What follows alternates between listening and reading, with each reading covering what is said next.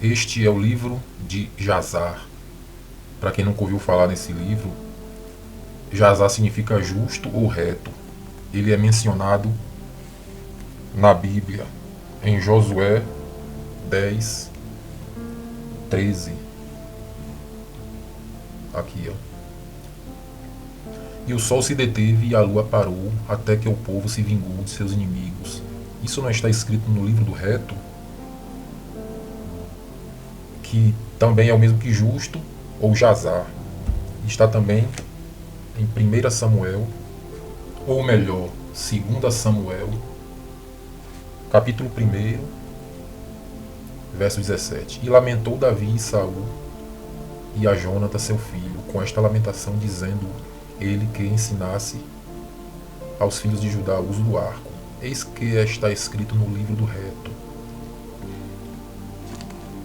E a passagem que eu vou ler aqui é uma passagem incrível que fala sobre Sodoma e Gomorra. Muitos vão dizer, podem dizer que esse não é o verdadeiro livro de Jazar, mas esse livro entra em detalhes tão detalhados que não sei como alguém, no caso, se ele foi escrito recente, do século V em diante, eu não sei como alguém entraria em tantos detalhes como esse livro aqui, pois tem muita folha esse livro. Ele tem, deixa eu ver quantas folhas ele tem. 300, quase 300 folhas. Ele entra em detalhes que não se vê em nenhum livro mais. Mas a detalhação desse livro, ela inclui praticamente todo o Gênesis, todo o livro de Gênesis detalhado. Aí eu vou ler essa parte aqui bastante curiosa. Quando Sodoma e Gomorra estava prestes a ser destruída, Abraão avistou os anjos vindo. Aí Abraão foi mandar matar um carneiro para eles.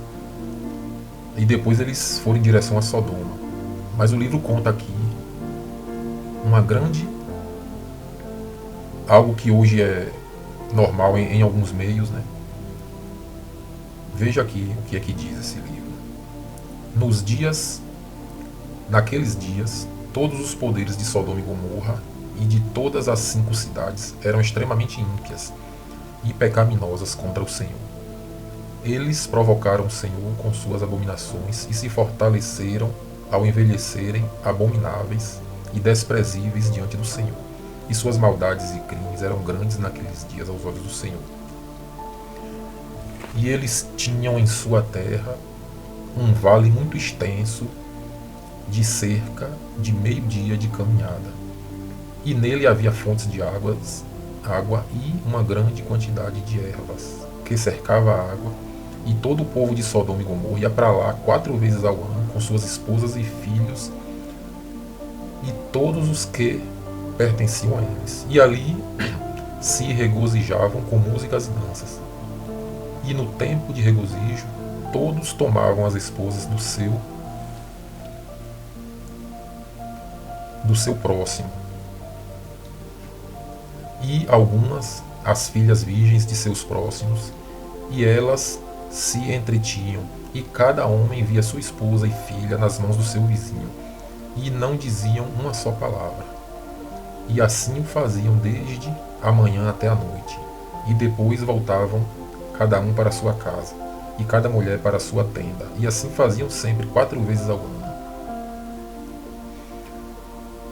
Isso aqui é algo que nos dias de hoje alguns grupos até acham normal, né? Mas aos olhos de Deus, numa época daquela, e esse livro entra num detalhe tremendo, né? Hoje em dia seria o que? O nome disso aí? Na verdade, o que chama hoje de suruba, isso aqui parece até pior, quer dizer, é bem pior dessa época de Sodoma aqui. Por quê? Porque nessas festas que um troca o casal com o outro, provavelmente ninguém leve os filhos, né, e as filhas. E aqui nessa época de Sodoma, já eles faziam esse tipo de barbaridade, né? Até as filhas virgens iam no meio.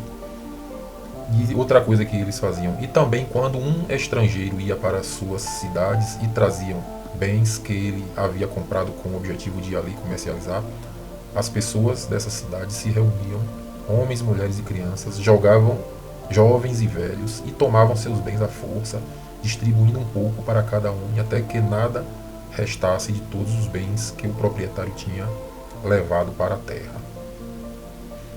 E se o dono dos seus bens discutisse com eles, diziam: mas isso aqui faz parte do restante do livro, né? Mas esse é só algumas coisas que deixou Deus bastante irado com Sodoma e Gomorra, que veio proporcionar sua destruição.